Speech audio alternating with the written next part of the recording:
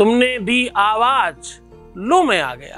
काश प्यार में ऐसा होता कि आवाज लगाए और वो सामने हो। काश कोई ऐसा सल्यूशन, कोई ऐसा तरीका, कोई ऐसा ढंग, कोई ऐसा वे हो जाए कि रिश्ता तुरंत ठीक हो जाए, संबंध तुरंत ठीक हो जाए, प्यार तुरंत बात करने लग जाए, जो अनबन है वो तुरंत खत्म हो जाए, जो दिलों की दूरियां हैं वो पास आ जाए, और जिनको सर्वस्व माना है वो हमें समझने की कोशिश करें। अपने शरीर के इस अंग में उनका नाम लिखिए इस प्रकार से, बस उन्हें आना ही पड़ेगा। हठ योग के अंतर्गत बात कर रहा हूं, जानिए पूरा विश्लेषण। आप देख रहे हैं love with astrology.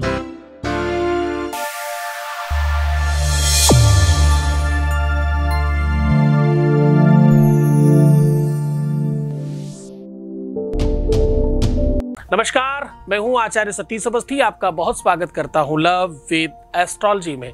Love with astrology आपके अपने जीवन को श्रेष्ठ बनाने का माध्यम है। लव विद एस्ट्रोलॉजी आपको बहुत स्पेशल बनाने का एक अद्भुत साधन है। लव विद एस्ट्रोलॉजी आपके अपनी लव लाइफ, पारिवारिक लाइफ, दाम्पतिक लाइफ, मैरिटल लाइफ, शादीशुदा जीवन, आपका निजी जीवन, रिश्तों को, परिवार को, घर को बचाने का साधन है, रिपेयर करने की व्यवस्था है। जिन रिश्तों में अद्भुत गड़बड़ हो जाए, कुछ जिस रिश्ते में प्यार समाप्त हो जाए, चीजें खराब होने लग जाए, उन्हें ठीक करने का एक बेहतरीन साधन है लव विद एस्ट्रोलॉजी। पूरी की पूरी दुनिया में जहां पर एस्ट्रोलॉजी को 10-12-15% से ज्यादा सक्सेस रेट नहीं मिला, इस वजह से शायद एग्जिस्टिंग बहुत कम हो गई है, ज्योतिष को लोग खराब भी कहने लगे थे। वहीं पे लव विद एस्ट्रोलॉजी का सक्सेस रेट यहाँ का 96%, और यहाँ अभी तक धन्यवाद करने वालों की संख्या क्लोज टू 25 लाख लोग लाभान्वित हो चुके हैं। इस व्यवस्था को, इस सिस्टम को, इस चीज को बराबर लगातार जारी रखा गया है। रोज बहुत बड़ी संख्या में लोग लाभान्वित हो रहे हैं। ऐसा होता क्यों है? हर एपिसोड में हर बार लोगों को इतना सारा बेनिफिट कैसे होता है?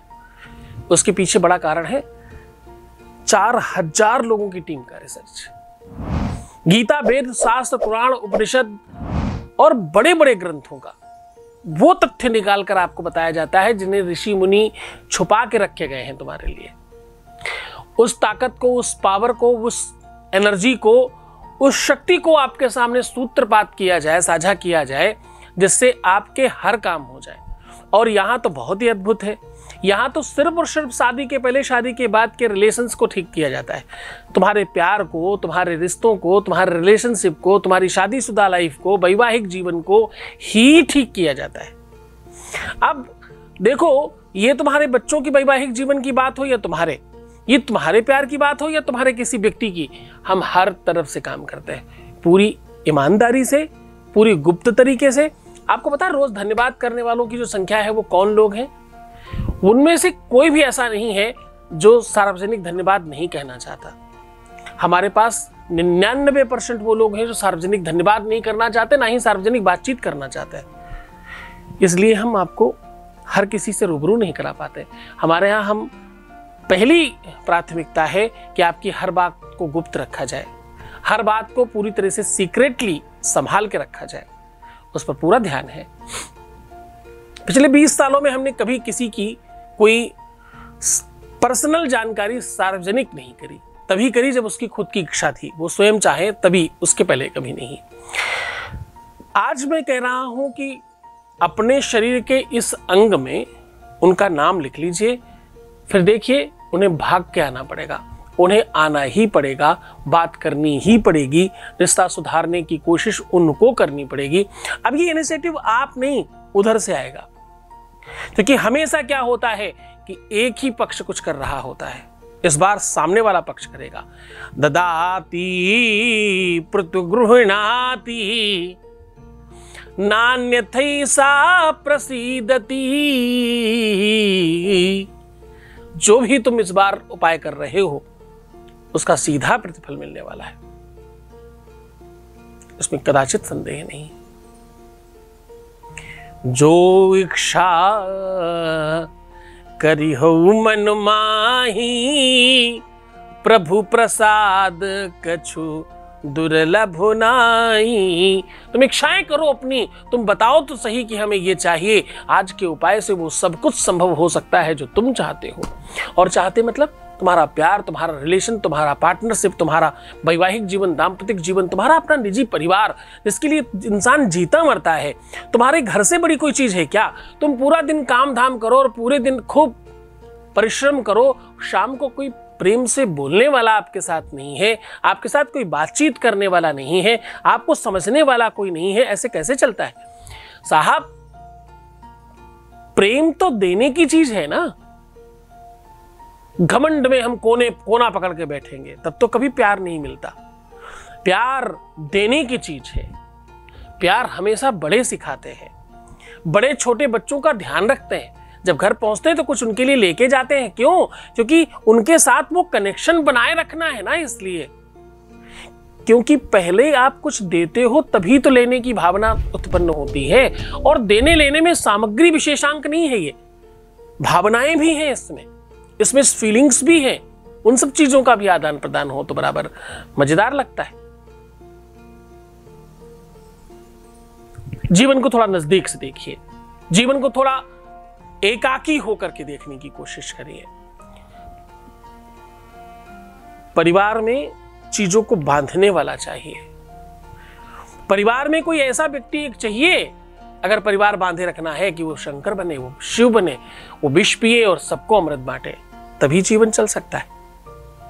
हर व्यक्ति अभिमानी, घमंडी और कूटनीतिज्ञ हो जाए तो परिवार नहीं, युद्ध चलता है। अगर ऐसी कंडीशन है तो भी आज सब चीजें ठीक की जा सकती हैं। अगर ऐसी सिचुएशन है तो इसको बनाया जा सकता है, इसे सुव्यवस्थित किया जा सकता है, इसे भी ठीक किया जा सकता है। आपके प्यार को, आपके पार्टनर को, आपके लव को, आपकी प्रेमिका को, आपके प्रेमी को, आपके पति को, आपकी पत्नी को खींच के लाया जा सकता है। करना क्या है? सिर्फ ये लिखना है। देखो, अंग प्रत्यंग का अपना अलग प्रभाव है। दंताकृदष्टि पदुपांगराक्षी रोमम शरीरम मदरस्य श्यामः उच्चस्कपाटम यशवुश्च नाभि राजस्य कन्या। साहब, ये हर एक अंग का अपना प्रभाव है। यहां तक कि जब लोग पूजा पाठ में बैठते हैं तो हर अंग प्रत्यंग को विशुद्ध कर लेते हैं, कीलित कर लेते हैं, न्यास करते हैं। किसी भी अगर ग्रंथ की बात करेंगे तो पहले न्यास होता है उस ग्रंथ के पाठ करने के पहले, ताकि आप अधिकारी बन जाए उस चीज के। हर अंग में एक देवता विराजमान है, ऐसा हजारों बार कहा गया ग्रंथों में। हृदये ललिता देवी उदरे शूलधारिणी नाभौ च कामनी रक्षेत गुह्याम गुह्येश्वरी तथा पूतना कामिका मेढम गुदे महिषवाहिनी। हर अंग में एक देवी और एक देवता विराजमान है, ऐसा कहता है।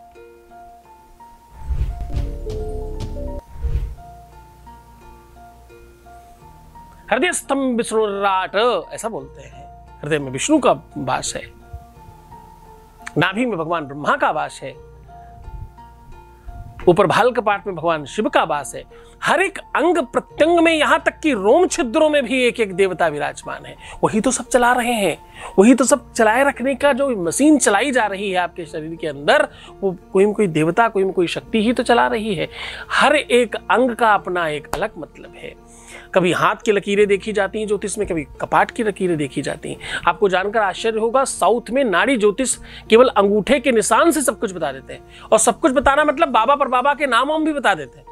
बाबा पर बाबा के नाम से शुरू करते हैं और आपके बीवी बच्चों तक के नाम हम सब खुद ही बताते हैं, आपको कुछ नहीं बताना होता। साउथ में नाड़ी ज्योतिष है, पर वो नाड़ी ज्योतिष कोई एक है, वो उसका प्रचार करने वाले 1000 लोग हैं जो अड़बड़ सड़बड़ सड़बड़ सड़बड़ काम करता है। एक कोई अच्छा काम करता है, वही एक ढूंढने का काम है ज्योतिष में, तो है ना। ज्योतिष हमेशा अंग प्रत्यंगों की बात की जाती रही है। ज्योतिष में पैरों की लकीरें देखते हैं, पैरों का छाप देखते हैं, उठना चलना बैठना बोलना सारे के सारे वो सब देखा जाता है। सामुद्रिक शास्त्र में आपके नेचर, व्यक्तित्व और आपके अंग प्रत्यंगों के आधार पर ज्योतिष के बारे में बात किया गया है। ज्योतिष खाद्य पदार्थ से भी जानी जाती है।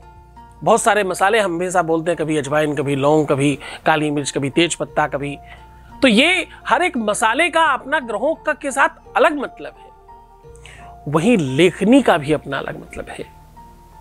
क्योंकि लेखनी पुस्तिका नारी, क्या क्या, लेखनी पुस्तिका नारी परहस्तम गता गता। कहते भाई ये चीज किसी और के हाथ में चली जाए तो फिर चली ही जाती है। ध्यान से समझना मैं क्या कह रहा हूं। मैं प्यार की बात को कहीं से बांधने की कोशिश कर रहा हूं, जरा समझने की कोशिश करना। मैं क्या उड़ेलने की कोशिश कर रहा हूं? मैं कह रहा हूं लेखनी पुस्तिका नारी।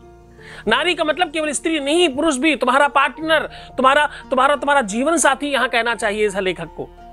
लेखनी पुस्तिका जीवन साथी ऐसा कहना चाहिए था, क्योंकि लेखक हमेशा पार्टनर को स्त्री मानता है। स्त्री मतलब केवल स्त्री नहीं, वो पुरुष भी उस स्त्री के लिए दूसरी स्त्री है।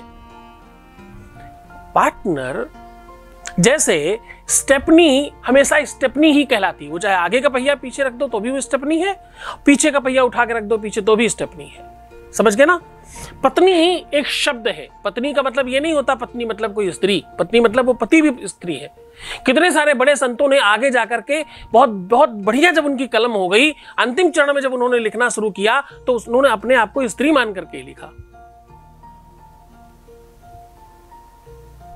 मुझे दासी बनाओ, मैं आपकी प्रेयसी हूं। हाँ, कितने ही बड़े बड़े संतों ने लिखा। हाथों में मेहंदी लगा दो पिया के नाम की। पिया मतलब भगवान, भगवान को ही अपना सर्वस्व मान लिया जिन लोगों ने, उन्होंने अपने आप को स्त्री माना। तो खैर ये भाव हम फिर कभी बात कर लेंगे इस बारे में।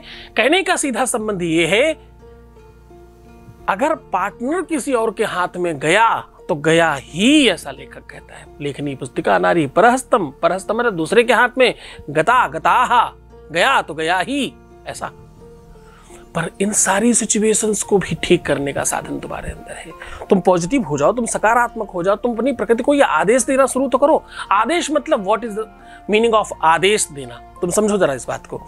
जब तुम अपने मन में चिंतन करते हो कि हाय ऐसा ना हो जाए, ऐसा ना हो जाए, ऐसा ना हो जाए, तो तुम चिंता करते हो, ये गलत आदेश है। जब तुम चिंतन करते हो ऐसा ही होगा, तो ये पॉजिटिव आदेश है। तुम्हें वो पॉजिटिव आदेश देना है। ये अपने शरीर को, अपने मन को, अपने दिमाग को, अपने दिल को मानने पर मजबूर कर देना है कि ऐसा ही है। जब भी तुम इस तरह करोगे तो तुम देखोगे चीजें बहुत बेटर हो जाएंगी। करके देखो। ग्रह अपना काम करते हैं,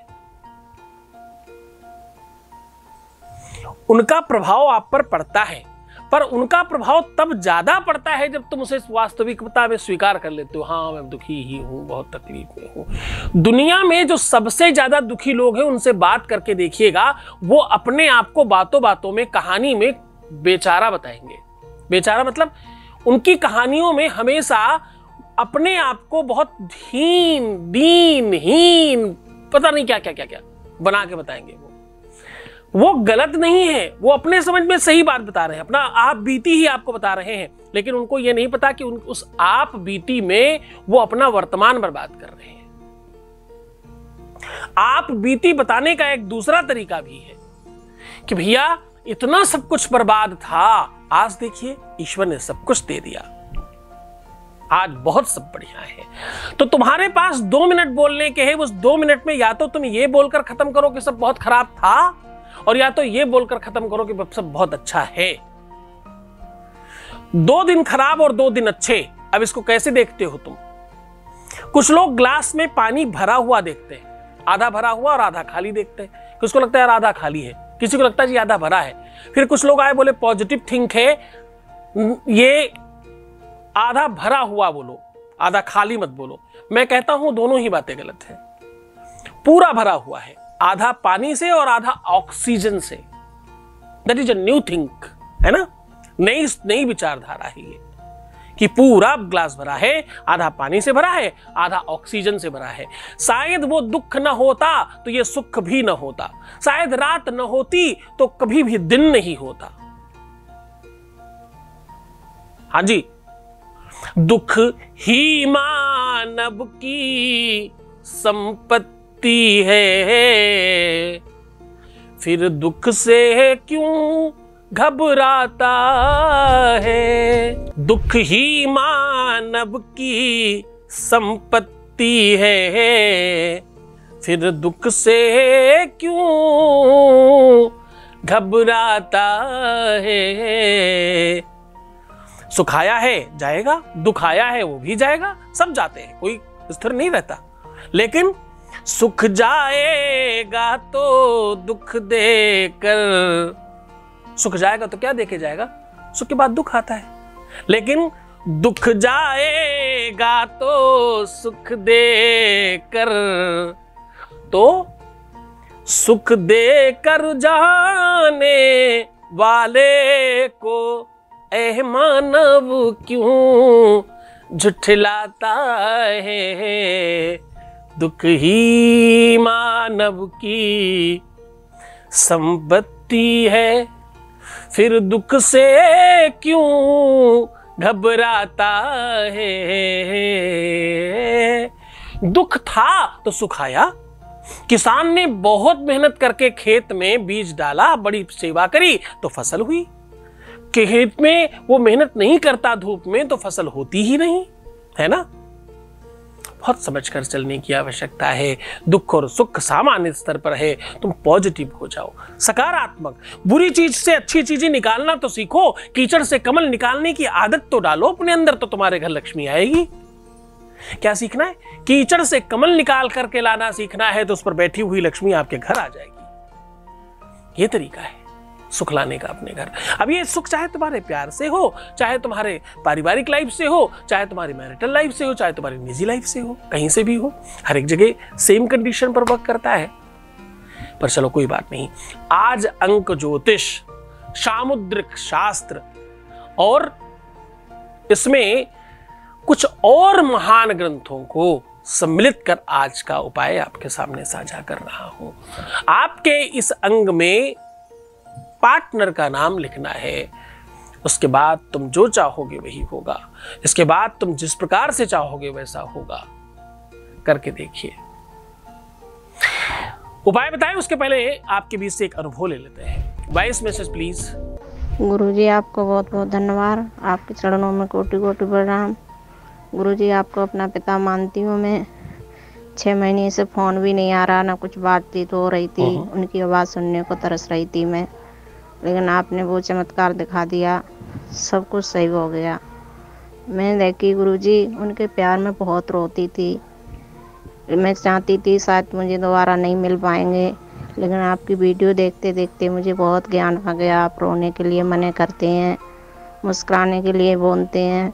मैं उनके साथ अपने बच्चों को लेकर खुश रहूँ। मैं आज फ़ोन आया था तो अच्छे से बातचीत करी थी, मेरे बच्चों के हाल चाल पूछे थे, कहने लगे आज मैंने ये करा वो करा, बहुत खुश हो के बात करी थी। गुरुजी मैं बहुत खुश हूँ, आपको कुछ बता नहीं सकती मैं। Thank you so Guruji, thank you so. जितनी भी आपको धन्यवाद बोलूँ उतनी ही कम है, लेकिन मैं तो देखी बहुत खुश हूँ। गुरुजी आप मुझे अपनी बेटी समझ के ख्याल रखना। बहुत धन्यवाद, बहुत साधुवाद, बहुत आशीर्वाद। परमात्मा शिव आपको प्रसन्न करे, आनंदित करे, सुव्यवस्थित करे और सब कुछ ठीक करे।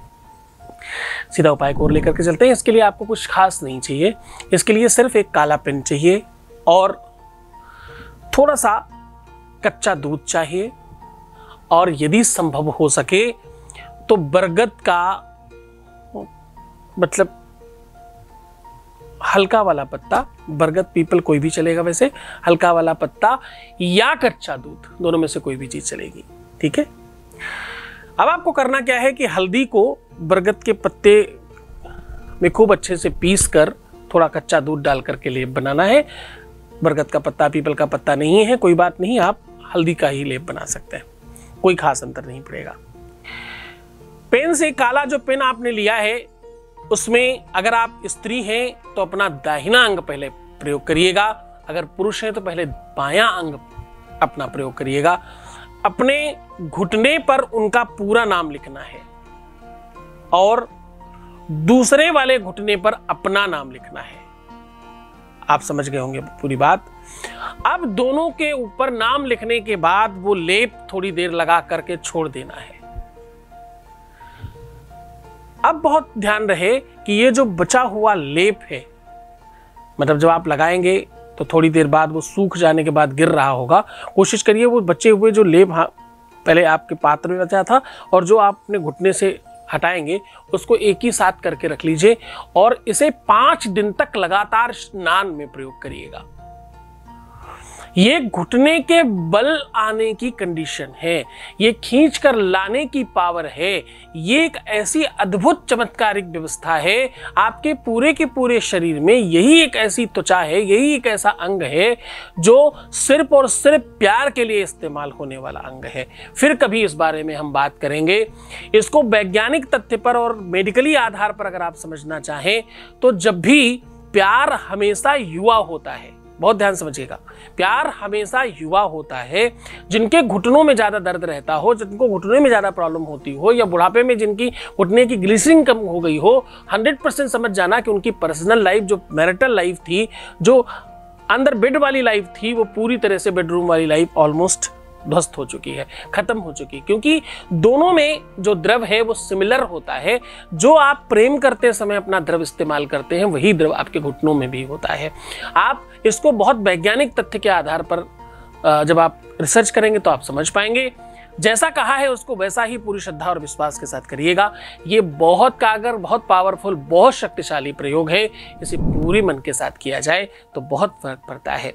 ये किसी भी दिन, किसी भी परिस्थिति, किसी भी सिचुएशन में किया जा सकता है। प्रयत्न करें कि रात्रि में करें, सूर्यास्त के बाद करें तो ज़्यादा फल देता है। दिन में भी करें तो कोई नुकसान की बात नहीं है। तो मुस्कुराइए, सुंदर बनिए, खूब अच्छे से रहने की कोशिश करिए। हर आधे घंटे में प्रणाम करके पानी पीजिए। अपना ध्यान रखिए, रोना बिलखना, परेशान होना, उल्टा सीधा सोचना, नेगेटिव थिंकिंग रखना और किसी भी प्रकार का बुरा विचार लाना, प्रीवियस लाइफ यानी पिछला कुछ अपना बुरा कर्म बताना, शेयर करना एकदम ठीक नहीं है। ऐसा करने से रिश्ता तुरंत खराब हो जाता है। खूब ध्यान रखिए, खूब अच्छे से रहिए, घर पे ही रहिए, अनावश्यक बाहर बिल्कुल मत जाइए और प्रयत्न कीजिए खुद को सुरक्षित रखने की। ओम नमः शिवाय।